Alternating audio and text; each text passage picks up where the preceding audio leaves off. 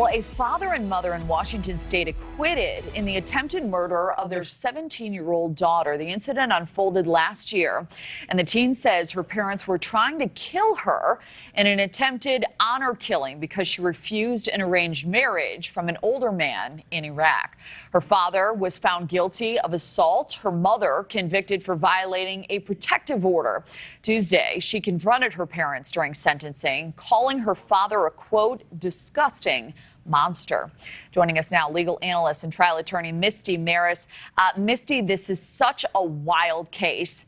I went down a bit of a rabbit hole here, learning that the judge ruled prosecutors really couldn't bring up quite a number of facets of this case for fear their inclusion would unjustly prejudice this couple, this in the eyes of the jury. So would you mind expanding on how that potentially, it sounds like it had a major impact actually on the final ruling here?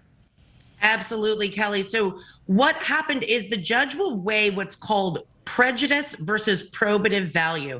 And probative value means that it goes to one of the heart of the issue in the case.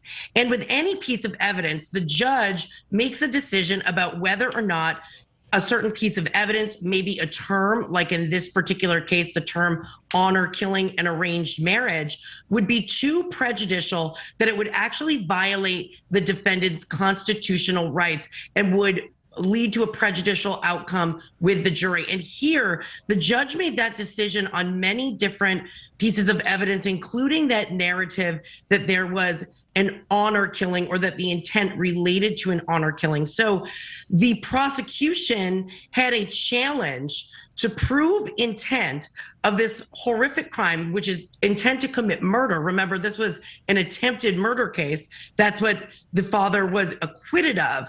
But to prove intent without being able to really formulate that narrative to explain to a jury why a parent would do this to their child. So ultimately, some of those exclusions likely led to the result, which was the acquittal on the attempted murder charges. Right. And, you know, to your point, Misty, there were reports that prosecutors were hampered by this honor killing claim that apparently collapsed, with even the prosecutor saying she didn't know how that became so central to this case. So would you mind expanding on how all that unfolded exactly? Absolutely. So there were a few issues with the case because the central issue for prosecutors was to prove that intent to kill. That's what happens when you have an attempted murder case.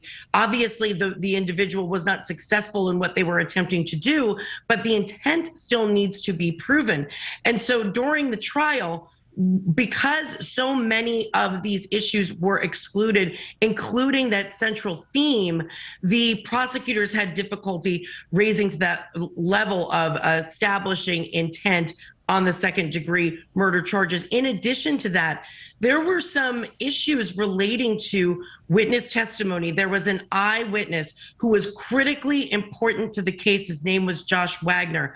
He said on the stand that he actually had viewed video in preparation for trial that he received through a Freedom of Information law request. So now there was a bias argument that the defense could harp on, that he's not recalling the events of that day from his memory. He's recalling a video that he saw in preparation for his testimony that was also very problematic for prosecutors. So some of those issues between what was actually been able to explain to the jury with respect to intent, witness testimony, and also, Kelly, I really think the chaotic nature of this video.